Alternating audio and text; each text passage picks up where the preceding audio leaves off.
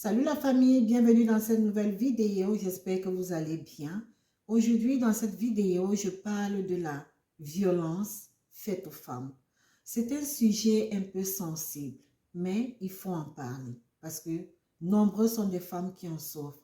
C'est vrai qu'il y a aussi des violences conjugales à l'endroit des hommes. Il y en a qui sont parfois maltraités par leurs femmes. Oui, il y en a des hommes qui subissent des violences domestiques. Des comportements violents, agressifs, destructeurs, la dévalorisation, l'humiliation, la violence physique de la part de leurs femmes. Mais la plupart du temps, ce sont des femmes qui subissent des violences domestiques. Parlons-en.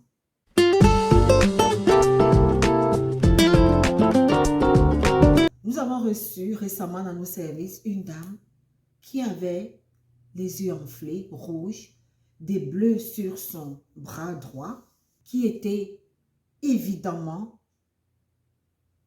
victime des violences domestiques. Nombreuses sont des femmes qui vivent le cauchemar dans leur foyer, qui vivent le cauchemar dans leur relation. Nombreuses sont des femmes qui endurent les brimades, le mépris, l'enfer, la frustration à cause de leur conjoint, à cause de leur partenaire. Mais malgré tous les sévices qu'elles subissent, malgré tous les moments difficiles qu'elles traversent dans leur relation, les traumatismes qu'elles endurent, elles restent dans ces relations. Certaines vont jusqu'à dire, je reste dans cette relation pour mes enfants. Si je sors, si je quitte la relation, que deviendront mes enfants?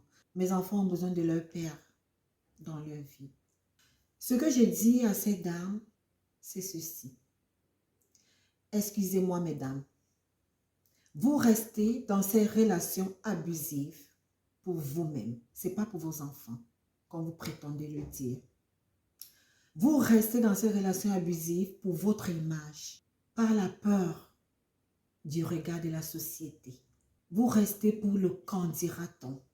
Vous restez dans ces relations abusives pour les valeurs culturelles, pour l'honneur de vos familles, qui peut-être vous diront que si vous retournez, si vous rentrez en famille, ce sera une honte pour eux.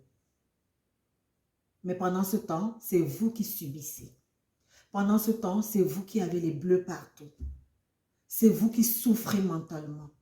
C'est vous qui subissez les brimades. Excusez-moi, mesdames. Pendant ce temps, c'est vous qui souffrez.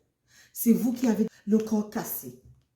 C'est vous qui êtes le tapis de la bourse. Ces membres de votre famille, ces parents, surtout les mamans qui disent souvent, c'est le mariage.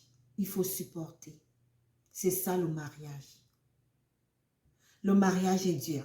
Il faut supporter. Nous-mêmes, nous avons supporté. Donc, il faut faire pareil. C'est ça le mariage. Ce n'est pas judicieux. Ce n'est pas normal. Non. Le mariage ne devrait pas être un tapis de boxe. Le mariage est fait pour s'épanouir aussi. Le mariage ne doit pas être la souffrance, la tristesse au quotidien. Non. Les relations amoureuses sont faites pour s'épanouir. Ce n'est pas pour souffrir à longueur de journée. Et il y a des moments qui disent souvent, si tu rentres à la maison, les gens vont commencer à se moquer de nous. Les gens vont commencer à médire de nous. Les gens vont commencer à mal nous regarder. Il faut seulement supporter, ça va aller. Ce que ces mamans, ce que ces personnes, ce que ces familles ignorent parfois, c'est que parfois, ce sont des situations qui se terminent mal. Quand votre fille, votre soeur, un membre de votre famille, votre bien-aimé vient vous dire, je souffre dans mon foyer. Je suis bastonnée, je suis humiliée au quotidien, je suis abusée. Essayez de l'écouter et essayez de vous mettre à sa place. Parce que c'est cette personne qui subit dans son foyer. Peut-être elle ne vous dit même pas tout, mais c'est parfois horrible. On en a vu qui ont perdu leur vie, on en a vu qui sont devenus handicapés, on en a vu qui ont commis l'irréparable parce qu'elles en avaient assez, elles en avaient marre. Pourquoi arriver à ce point? C'est vous qui souffrez dans votre foyer. C'est vous qui endurez l'inimaginable. Vos enfants vivent votre souffrance au quotidien. Vos enfants observent vos agissements. Ils voient votre douleur, vos pleurs au quotidien. Vos enfants voient votre mal-être et le ressentent. Et puis, vous allez dire, vous restez dans cette relation pour eux. Quel traumatisme pour eux. Quelle douleur. Ça peine. Ça peine. C'est beaucoup de peine pour ces enfants. Est-ce que vous avez pensé comment ces enfants grandiront? Est-ce que vous avez pensé à leur mental?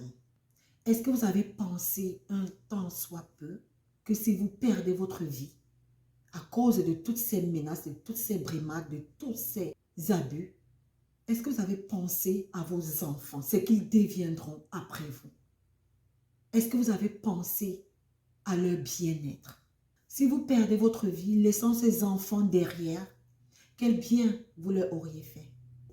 Quel genre d'éducation vous leur aurez donné dans un tel environnement toxique, malsain? Avez-vous pensé à quel genre d'éducation vous leur donnez dans un tel environnement? Sont-ils épanouis? Seront-ils épanouis? Si vous avez des enfants et que vous vivez ce genre de situation, si vous les aimez vraiment, sortez-les, enlevez-les de ce genre d'environnement pour leur développement et pour leur épanouissement, pour leur bien-être. Parce que ces enfants risquent de grandir traumatisés avec des comportements brutaux. Ils risquent de normaliser l'abus, le mépris, les brimades, parce que c'est tout ce qu'ils connaissent. C'est dans ça qu'ils ont grandi. Pour les enfants filles, elles risquent même d'avoir peur de s'engager dans une relation amoureuse dans le futur. Elles risquent d'avoir peur de se marier. Ou même si elles décident de se marier, quand elles vont grandir, elles risquent d'afficher des comportements agressifs vis-à-vis de leur conjoint ou de leur partenaire.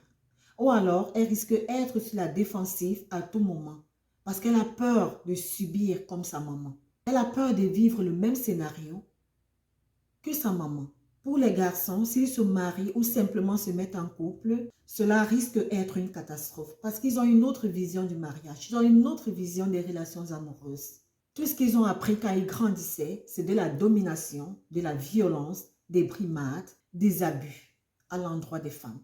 Toutes ces maltraitances, les violences physiques, les abus, les violences psychologiques, les violences verbales que vous subissez au quotidien peuvent affecter votre santé physique.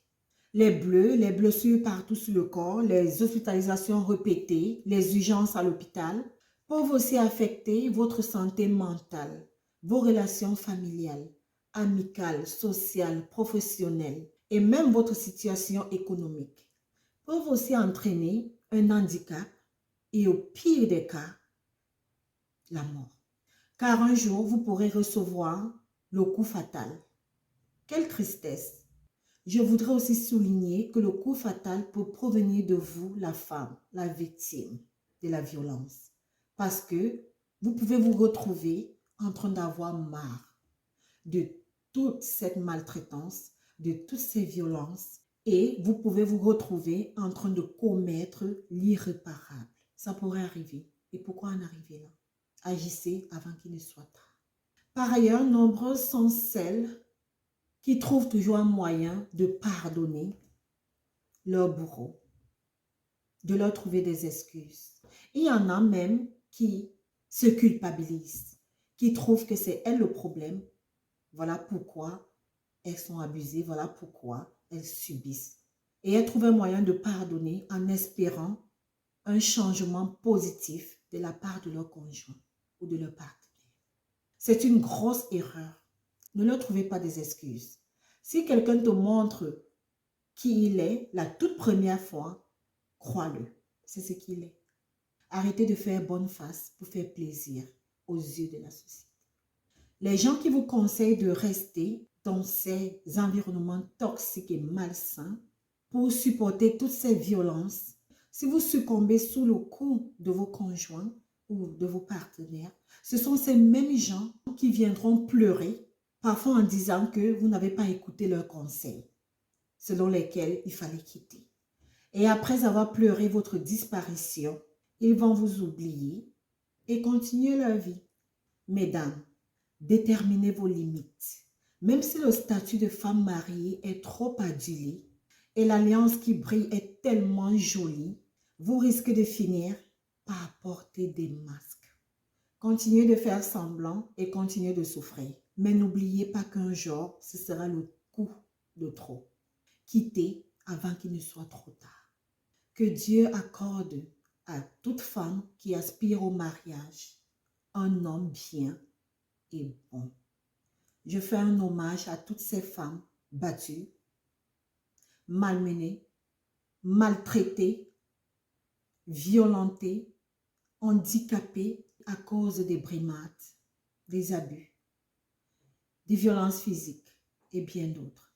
Celles qui ont perdu leur vie sous les coups de leur conjoint. C'est la fin de cette vidéo, la famille. J'espère qu'elle vous a édifié, partagé et surtout portez-vous bien. Et on se dit à bientôt dans une nouvelle vidéo. Bye.